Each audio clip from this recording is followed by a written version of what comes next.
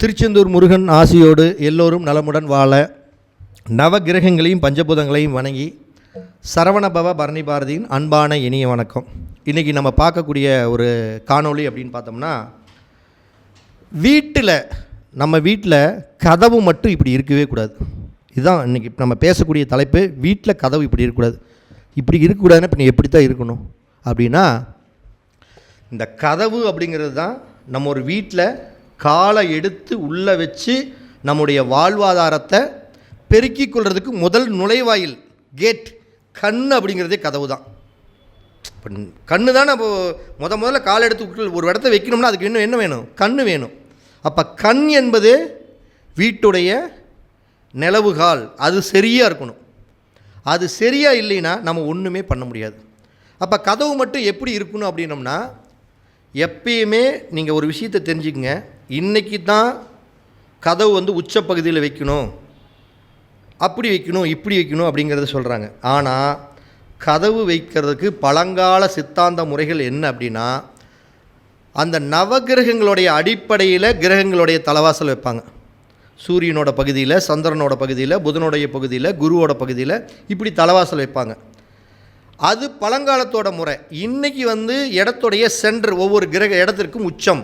கிழக்கு பார்த்ததுக்கு ஈசானிய உச்சம், வடக்கு பார்த்ததுக்கு ஈசானிய உச்சம், தெற்கு பார்த்ததுக்கு அக்னிமூலை உச்சம், மேற்கு பார்த்ததுக்கு வாயுமூலை உச்சம் என்பது ஒரு பொதுவான இன்றைக்குடைய கருத்து.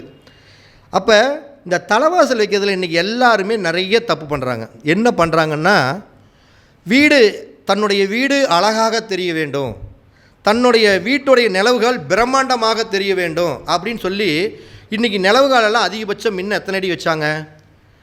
ஒரு 7 அடி உயரம் வைப்பாங்க, அகலம் ஒரு 3.5 அடி வைப்பாங்க. ஆனால் இன்றைக்கி நிலவுகால் 10 அடி உயரம் வைக்கிறாங்க. வீடு பார்த்துருக்கீங்களா இல்லையா? நிறையா வீட்டில் 8 அடி 9 அடி பெருசாக வச்சு ஹாஸ்பிட்டலுக்கு வைக்கிற மாதிரி வைப்பாங்க. அப்போ இப்படிப்பட்ட கதவுகளை வீட்டில் வைக்கலாமா? இதுதான் நம்ம பேசுகிறோம். வீட்டுடைய கதவு, அதாவது நிலவுகால் கதவு எல்லாமே 7 அடி இல்லாமல் 8 அடி 9 அடி 10 அடிக்கு பெருசாக வச்சிட்றாங்க. ஏன் இப்படின்னு கேட்டால், இல்லைங்க வீடு கொஞ்சம் பிரம்மாண்டமாக நம்ம லக்ஸுரியாக கட்டுறோம், அதுக்கு தகுந்த மாதிரி கதவு பெருசாக இருக்கணுமல்ல அப்படின்னு கேட்குறாங்க. அப்போ நீங்கள் ஒரே ஒரு விஷயத்தை இதில் எல்லாருமே புரிஞ்சுக்கணும். புதுசாக பெரிய பெரிய பங்களா கட்டுறவங்க எல்லாமே புரிஞ்சுக்கணும். இதில் இந்த நிலவுகாலை மெயின் நிலவுகாலை பெருசாக வச்சிடுறது. 8.5 அடி 9 அடி வச்சு நிலவுகாலை வச்சுட்டு வீட்டுக்குள்ளே வர்ற நிலவெல்லாம் எப்பயும் போல் அந்த 7 அடி மட்டத்துலேயே வச்சிடுறது. நான் சொல்கிறது உங்களுக்கு புரியுன்னு நினைக்கிறேன். ஒரு உதாரணத்துக்கு சொல்கிறேன், கேட்டுக்குங்க. ஒரு வீடு வடக்கு பார்த்த வீடு அல்லது கிழக்கு பார்த்த வீடு, வடக்கு பார்த்த வீடு, கிழக்கு பார்த்த வீடு, மெயின் தலைவாசலை மட்டும் 8.5 அடி 9 அடி நல்லா பெருசாக வச்சு பெரிய நிலவாக வச்சிட்றாங்க. வீட்டுக்குள் இருக்கக்கூடிய மற்ற நிலவெல்லாம் இருக்குமல்ல, மற்ற ஜன்னல்லாம் இருக்குமல்ல, அதெல்லாம் 7 அடி மட்டத்திலே அந்த லிண்டன் போடுறப்ப 7 அடி மட்டத்திலே போட்டுருவாங்க. இப்போ எல்லா வீட்லேயும் பாருங்கள் 7 அடி மட்டம் செவுறு கட்டுவாங்க. அந்த 7 அடி மட்டத்தில் தான் ஜன்னல் நிலவுகள்லாம் வச்சு லிண்டன் போடுவாங்க. ஆனால் இன்றைக்கி பெரிய பங்களாங்கிற பேரில் 9 அடி 10 அடியை வச்சு முன்னாடி நிலவு மூற அது மாதிரி வச்சுட்டு உள்ளே இருக்கக்கூடிய நிலவுகள் எல்லாம் என்ன பண்ணிடுறாங்கன்னா 7 அடி மட்டும் வச்சிட்றாங்க. அப்போ வடக்கு கிழக்கு பக்கமெல்லாம் உயர்ந்து தெற்கு பக்கம் மற்ற திசைகள் இருக்கக்கூடிய நிலவுகளெல்லாம் பள்ளமாகி போயிடுது. இப்படி பள்ளமாக போனால் என்னாகும்? உங்கள் வீடு வேணுமா பார்க்குறதுக்கு நல்ல அலங்காரமாக ஒரு வீடு தெரியுமே தவிர, ஆனால் அந்த வீடு கடைசியில் ஆக்ரோஷமான வீடாகத்தான் மாறுமே தவிர, அழகுங்கிற ஒன்று விஷயங்கள் வந்தால் அந்த இடத்தில் ஒரு ஆபத்து என்று இருக்கிறதை நீங்கள் உணர்ந்து கொள்ளணும்.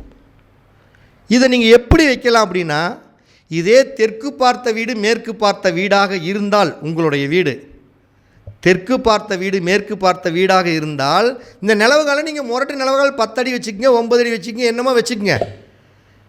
வச்சுக்கிட்டு இந்த கிழக்கு பக்கம் வடக்கு பக்கம் வர்ற ஜன்னல் நிலவுகள் எல்லாமே நீங்கள் 7 அடி மட்டம் வச்சாலும் தப்பு இல்லை. ஏன்னா வடக்கு கிழக்கு ஆல்ரெடி பள்ளம், தெற்கு மேற்கு உயரம்.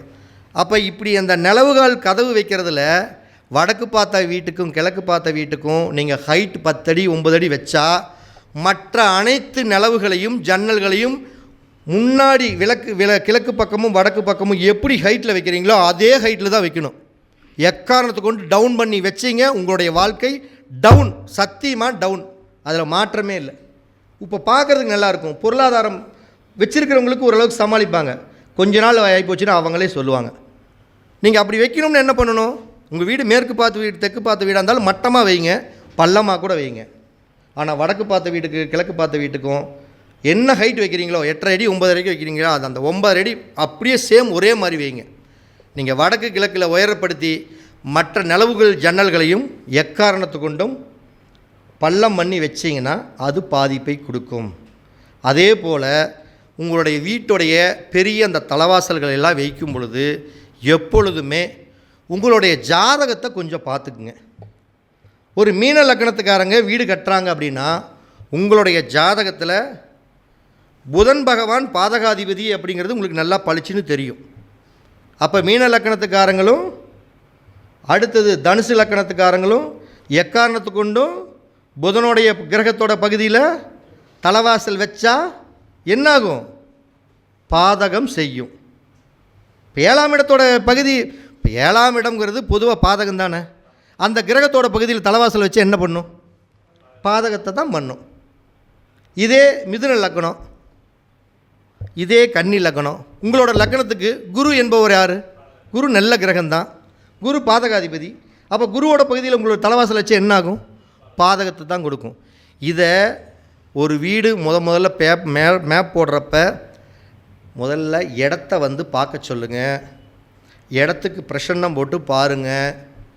அடுத்தது கட்டடத்துடைய நீள அகலங்களை பாருங்கள். ஒவ்வொரு ரூமோடைய உள்ளளவை பாருங்கள். கதவு எப்படி வைக்கணும்னு பாருங்கள். எதை எங்கெங்கே வைக்கணும்னு பார்த்து ஒரு சரியான முறையில் உங்களுடைய ஜாதகத்தில் இப்போ நடக்கக்கூடிய தலைவாசல், அதாவது நடக்கக்கூடிய தசாபுத்திகளுக்கு எங்கே தலைவாசல் வைக்கணும், நடக்கக்கூடிய தசாபுத்திகள் வீடு கட்டுறதுக்கு சாதகமாக, இப்படி எல்லாம் பார்த்து ஒரு வீட்டை கட்டினீங்கன்னா கண்டிப்பாக சிறப்பான ஒரு முன்னேற்றங்கள் நிச்சயமாக இருக்கும். தசாபுத்திகள் கிட்டே போயிருந்தாலும் கூட அந்த வீடு உங்களுக்கு சிறப்பான ஒரு வாழ்வாதாரத்தை தரும் அப்படிங்கிறத சொல்லி நான் உங்களோட அடுத்த அழகான ஒரு வீடியோவில் சந்திக்கிறேன். அனைவருக்கும் வணக்கம், அனைவருக்கும் வாழ்த்துக்கள்.